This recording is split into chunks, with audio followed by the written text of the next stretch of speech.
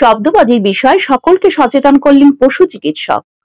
পুজো উৎসবের পর্ব শুরু হতেই এক গুরুত্বপূর্ণ বিষয় নিয়ে সতর্ক করলেন পশু চিকিৎসক ডাক্তার শুভঙ্কর ভৌমিক। মহালয়ার রাত থেকে শুরু করে দীপাবলি পর্যন্ত শব্দবাজির উৎপাত বহু মানুষকে পীড়া দেয়। বিশেষত অসুস্থ বয়স্ক মানুষদের শারীরিক সমস্যা দেখা দেয়। শুধু মানুষ নয়, শব্দবাজির কারণে ভয় ও আতঙ্ক, মানসিক চাপের শিকার হয় পশু পাখিরাও।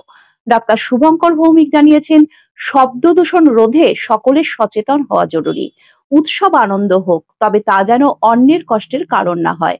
তাই বাজি পোড়ানোর ক্ষেত্রে দায়িত্বশীল ভূমিকা নেওয়ার জন্য তিনি সকলের কাছে আবেদন জানান। আসলে পটকাবাজি জিনিসগুলো যেমন দিওয়ালিতে অনেক পটকাবাজি হয়ে থাকে, গণেশ পূজা, দুর্গাপূজা, দশেরাতে। তো আসলে পোষ্য এনিমেলদের, কুকুরদের, স্পেশালি বেড়ালদের ওই পটকাবাজি থেকে অনেক সময় স্ট্রোক হয়ে যায়, হার্ট অ্যাটাক হয়ে যায়।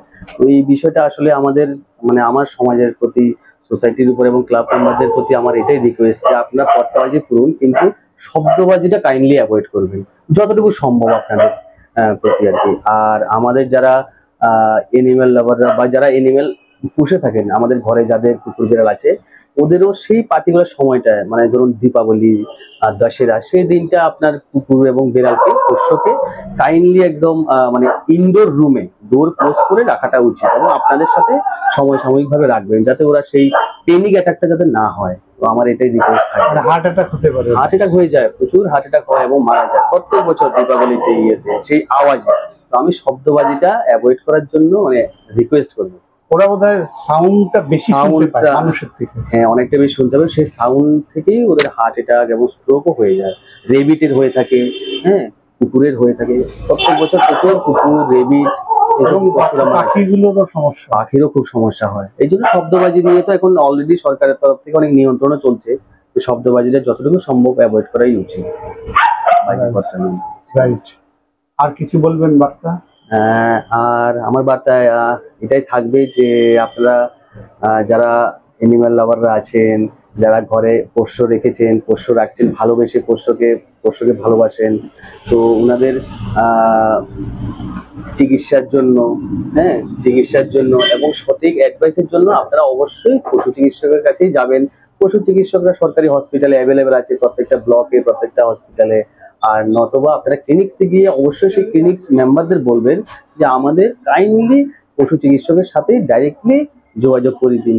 এতে করে আপনারা সঠিক অ্যাডভাইস পাবেন। হ্যাঁ, পরবর্তী সময় আপনাদের হেনস্থা হতে হবে না বিভিন্ন টিকাকরণের বিষয়ে, কৃমির ওষুধ খাওয়ানোর বিষয়ে, খাবার বিষয়ে। এই সমস্ত বিষয়ে সামটাইমস দেখা যায় আমাদের কাছে অনেক পেশেন্ট এসে থাকে যে পোষ্য নিয়েছে কিন্তু রং অ্যাডভাইসের কারণে হিতে বিপরীত হয়ে গেছে। এমনও আমরা শুনি যে জ্বর হয়েছে, মানুষ যে প্যারাসিটামল খায় সেটা খাইয়ে দিল, ওরা কি পরিমাণ খাওয়াতে হবে জানেন? হ্যাঁ, পরিমাণ প্যারাসিটামল নিয়ে খাইয়ে দেবে, ক্ষতি হতে পারে, সেটা অনেক ক্ষতি হতে পারে। আমাদের মানুষের যেটা ডোলো 650 বা 500, এই যে ডোজ গুলো কিন্তু এনিমেলের জন্য নয়, এগুলো আমাদের মানুষের জন্য, আমাদের মানুষের বডির জন্য। এবং এমনও হয়েছে, আপনারা হয়তো বা জানেন না, প্যারাসিটামলটা তবুও ডগের ক্ষেত্রে, ইনকেস অফ ডগের ক্ষেত্রে সেটা সহ্য হয়ে যাবে সামহাও, কিন্তু বিড়ালের ক্ষেত্রে প্যারাসিটামল দেওয়াটা কিন্তু একদম আপনার মরণের দিকেই নিয়ে যাবে, কারণ বিড়ালে প্যারাসিটামল দেওয়া হয় না।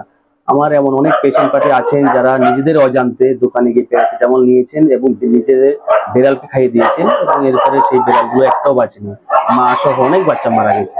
কারণ বিড়ালে প্যারাসিটামলের ব্যাড এফেক্ট হয়, গ্লুটাথিয়ন কনজুগেশন হয়, যার কারণে paracetamol not advisable in case of cat. তো সেই ক্ষেত্রে আমার এটাই রিকোয়েস্ট, আপনারা অবশ্যই পশু চিকিৎসকের কাছে যাবেন।